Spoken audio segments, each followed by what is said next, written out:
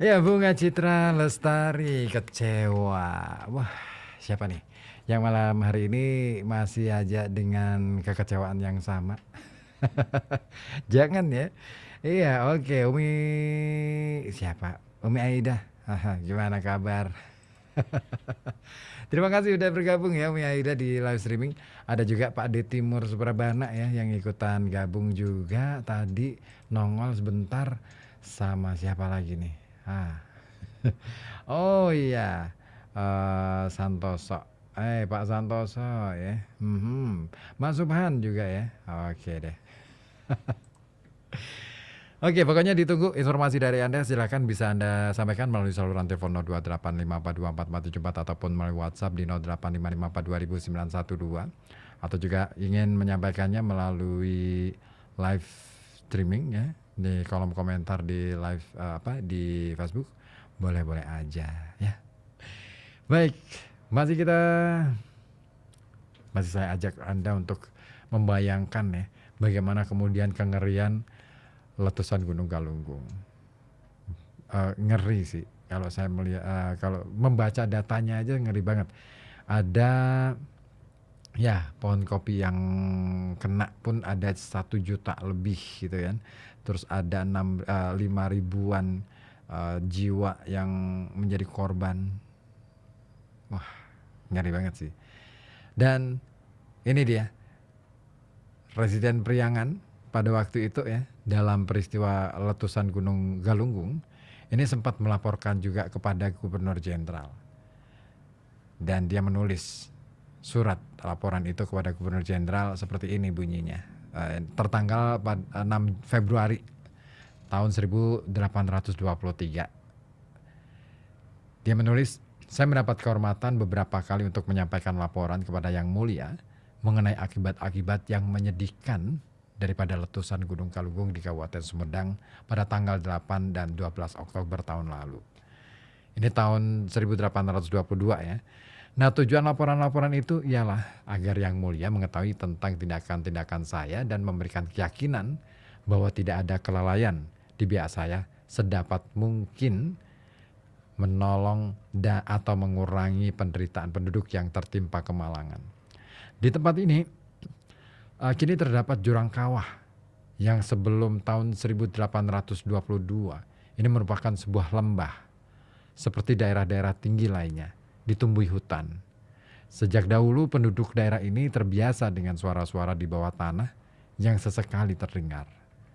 Yang terhebat terdengar bersamaan dengan meletusnya Gunung Guntur pada tahun 1815 atau 16 yang jaraknya hanya 25 menit berjalan kaki. Di antara sungai-sungai kecil yang bersumber di jurang Gunung Galunggung, ini terdapat Sungai Cikunir yang bermuara di Sungai Ciloseh. Dataran-dataran yang subur melingkungi kaki gunung sebelah timur dan selatan. Nah, dalam bulan Juli 1822, air Sungai Cikunir ini berubah menjadi keruh keputih-putihan. Bila didiamkan, terlihat endapan putih terasa pahit dan berbau belerang. Menurut pengamat alam terkenal, F. Jung Hoon, ini disebabkan oleh makin kuatnya uap asam belerang di daerah pegunungan yang dialiri sungai itu. Air sungai mungkin mengandung tanah liat berasam belerang. Setelah lewat beberapa waktu, air ini menjadi jernih kembali. Di tempat yang lebih tinggi, ke hilir, air sungai ini terasa lebih hangat daripada biasanya. Pada tanggal 8 Oktober 1822, sekitar setengah 2 siang, tiba-tiba terdengar dentuman kuat yang menggetarkan bumi, suatu letusan yang terdengar di seluruh pulau Jawa. Ya, dari Gunung Galunggung terlihat gumpalan asap raksasa yang membumbung ke angkasa dengan sangat pesat. Dan gumpalan asap itu makin melebar menutupi cahaya matahari sehingga keadaan menjadi kelam kabut. Nah, letusan-letusan susul menyusul. Lahar yang dimuntahkan gunung dilontarkan tinggi-tinggi ke udara, lalu jatuh di tempat yang cukup jauh dari kawah gunung, bahkan ke seberang Citandui. sampai ke desa-desa yang jika diukur dengan garis lurus letaknya 10 pal atau sekitar 15 kilometer dari kawah. Oh, radiusnya wah jauh ya. Dan sungai Cikunir, Cilose, Ciwulan, dan Citandui ini meluap menjadi aliran lahar besar yang menyeret serta mendorong rumah-rumah lengkap dengan penghuninya. Penduduk Tasikmalaya dan Cidoyang melihat rumah-rumah lengkap dihanyutkan yang di dalamnya masih ada penghuninya yang hidup, tetapi mereka tak mungkin menolong. Nah, ini gambaran yang terjadi ya, yang dilaporkan oleh residen Priangan pada peristiwa meletusnya Gunung Galunggung pada 200 tahun yang lalu. Dan daerah pertanian sekitar Gunung Galunggung sampai sejauh 9 km, terutama di sebelah timurnya, ini tertutup lahar berwarna kelabu kebiru-biruan. Desa-desa, hutan bambu, kelompok-kelompok pohon, kebun-kebun. Pendeknya, segala apa yang ada di daerah itu lenyap tertelan sehingga tidak ada yang tampak lagi kecuali permukaan lumpur. Di dekat Cikunir di Singaparna, residen Van der Capellen mengukur ketebalan lumpur lahar pada tanggal 17 Oktober 1823 yang mencapai ketinggian 20 meter lebih. Wah, tebal banget. 20 meter loh. Nah, hutan-hutan di pegunungan hanya tinggal batang-batangnya yang setengah hangus, tetapi beberapa kampung di dekat kawah terluput dari bahaya, meskipun lahar terlontar melewati tempat-tempat itu. Nah, seorang laki-laki yang akan melarikan diri tertimpa oleh pucuk pohon kelapa yang roboh, tetapi malah tertolong, sebab lahar yang mula-mula tidak begitu cair dan panas melampaui tempat berlindungnya. Angin topan kuat menumbangkan pohon serta rumah yang berlangsung selama kurang lebih 1 jam. Dan pada pukul 3 petang, sisi barat dan selatan gunung yang letaknya sejauh 27 km dari gunung berapi itu dilanda hujan abu dan lahar dingin yang menimbulkan kerusakan parah. Sedang di dekat kawah, jatuh hujan pasir kemerahan dan serbuk batu. Nah, menjelang pukul 4 sore, gejala-gejala makin berkurang. Dan pada pukul 5 sore, semuanya menjadi sunyi senyap dan cuaca terang kembali. Tetapi esok harinya, tanggal 9 Oktober 1822, turun hujan yang tak henti-hentinya. Sungai-sungai di pegunungan meluap, air bah meluncur dengan gemuruh ke bawah. Apa yang tak terkena lahar, akhirnya terancam ditenggelamkan banjir. Pada hari itu penduduk pelbagai kampung yang tak terkena lahar menaiki bukit-bukit kecil yang terdapat di dataran Galunggung dan di daerah Singaparna. Beberapa di antara bukit ini merupakan pemakaman, terutama Gunung Mayapada dan Gunung Gong. Nah, penduduk yang mengungsi itu mengira mereka aman di bukit-bukit itu bersama makam nenek moyang mereka. Di Gunung Mayapada misalnya, terdapat 200 orang yang menyingkir, dan di Gunung Gong konon jumlahnya lebih dari itu. Nah, pada tanggal 12 malam, hujan makin lebat, air sungai makin meluap, sehingga semua jembatan tersapu bersih, yang membuat kepanikan makin menjadi karena jalan ke berbagai desa ini terputus. Pukul 7 petang, keesokan harinya terjadi letusan lagi, disertai dengan getaran hebat, disusul lagi dengan 2 getaran ringan.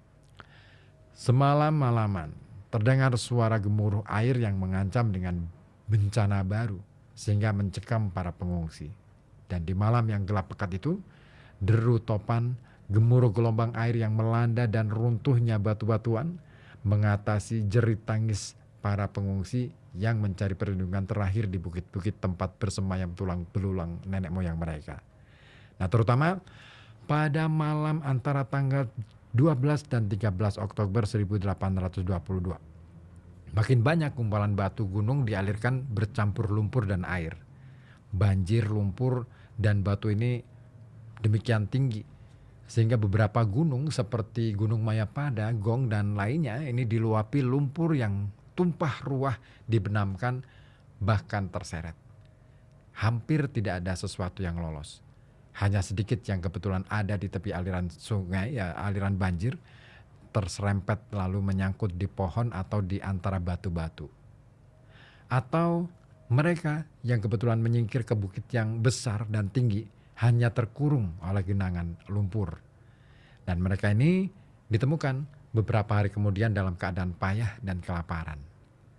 Lahar dingin mengubah aliran sungai Ciwulan dan Cibanjaran yang sebelumnya bermuara di Ciloseh, kini menyatu dengan Cikunir. Nah, perlahan ini membentuk bukit-bukit dan lembah-lembah baru sehingga rakyat yang selamat ya ini sulit menemukan kampung halamannya yang dulu. Karena musibah yang terakhir, jumlah korban ini diperkirakan bertambah 2.000 orang lagi. Dan pada tanggal 13 Oktober 1822, terlihat bahwa bentuk Gunung Galunggung dan puncak-puncak yang mengelilinginya berubah. Jurangnya menjadi makin curam dan dalam, mungkin disebabkan oleh runtuhnya sebagian dinding kawah. Baru tanggal 17 Oktober, Residen van der Kapellen berhasil mencapai batas daerah Singaparna dan ia tidak berhasil melakukan peninjauan selanjutnya karena air dan lumpur belum surut. Di tepi sungai Cikunir, lumpurnya masih 20 meter dalamnya dan ia kembali ke Tasik. Setelah menaiki bukit-bukit tertinggi, Residen ini memandang tanah yang tadinya sangat indah, kini hancur musnah, ditimbuni mayat manusia, kuda, dan kerbau. Di Gunung Lincong terlihat orang-orang yang masih hidup dan dia memerintahkan agar menyelamatkan sebanyak mungkin orang. Nah, cara menyelamatkan orang-orang yang malang itu antara lain dengan menggunakan batang-batang bambu yang diletakkan di atas lumpur sehingga menjadi semacam jembatan darurat. Dan baru pada tanggal 18 Oktober 1822 Residen dan rombongannya ini bisa mencapai Singaparna dengan menyeberangi Cikunir yang sudah agak surut airnya. Dan sebagian besar dari itu telah berubah menjadi danau besar. Rakyat yang selamat masih hidup dalam suasana ketakutan.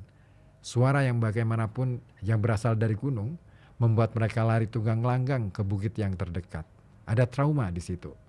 Di Tasikmalaya, Residen ini meminta kepada para ulama agar menganjurkan rakyatnya yang masih mengungsi di tempat-tempat tinggi untuk kembali ke rumah masing-masing. Ya, itulah gambaran cerita atau gambaran kisah bagaimana Gunung Galunggung meletus dan seperti ditulis Residen. Saya katakan saya tidak akan pernah bisa melupakan pemandangan yang memilukan itu yang saya jumpai pada tanggal 15 Oktober 1822 dalam perjalanan saya kembali ke Ciawi. Waktu itu saya memeriksa desa Ciburui dan Lewiwangun yang terletak di dekat jalan besar. Mayat-mayat berkelimpangan, sekitar 15 tindak dari kampung. Dan nampaknya para korban ini akan melarikan diri tetapi tersergap ya oleh lumpur panas. Di sini pada pohon tumbang masih terlihat jenazah seorang wanita dalam posisi terduduk dengan bayi dalam pelukannya. Lalu di sana mayat seorang wanita yang menggandeng kedua anaknya dalam salah sebuah kampung di Indihiyang yang mengalami pemusnahan menyeluruh. Juga ditemukan jenazah seorang ibu dengan bayinya yang masih menyusu. Mereka selamat, seakan-akan oleh suatu mukjizat. Anak yang kemudian diambil dan dirawat sekarang dalam keadaan sekarat. Dan dari daftar yang dilampirkan oleh Residen, dia melaporkan kepada Gubernur Jenderal bahwa jumlah korban mati dalam kelima distrik dan desa yang rusak menurut berita terakhir dari Pangeran Sumedang ini mencapai 4.011 jiwa, 114 desa, 105 ekor kuda, dan 833 ekor sapi dan kerbau. Ngeri ya kalau gambaran yang kayak gini nih. Ya semoga aja ini menjadi pelajaran kita bersama. Oke, terima kasih Sigit Londo yang juga sudah bergabung melalui WA di 0855420912. Selamat malam Mas Ribut, selamat malam Mas Sigit Londo di Dadirjo Tirto ya. Hadir di edisi Senin malam Selasa, zaman waktu SD kalau pelajaran menggambar pasti banyak yang menggambar gunung dan persawahannya yang indah. terasa menikmatinya waktu gambar itu. Gak ngerti kalau gimana gunungnya meletus. Setelah dewasa, sering melihat di TV berita gunung meletus, kita mikirnya gimana yang dekat sama gunung. Kawasan kita memang dekat sama laut, Mas Ribut. Di daerah utara banyak yang ngerok. Oke, iya bener sih. Thank you, Mas Sigit Londo di Dadi Rejo. Pak Jafar ya, di Karangdadap juga ikutan bergabung. Terima kasih ya. Oke. Oke, sudah jam 9 malam. Baik, nanti setelah ini ada RKB malam ya. Haha. Nah, pokoknya jangan kemana-mana. Tetap di sini di FM 91,2 Radio Kota Batik News Interaktif Solutif.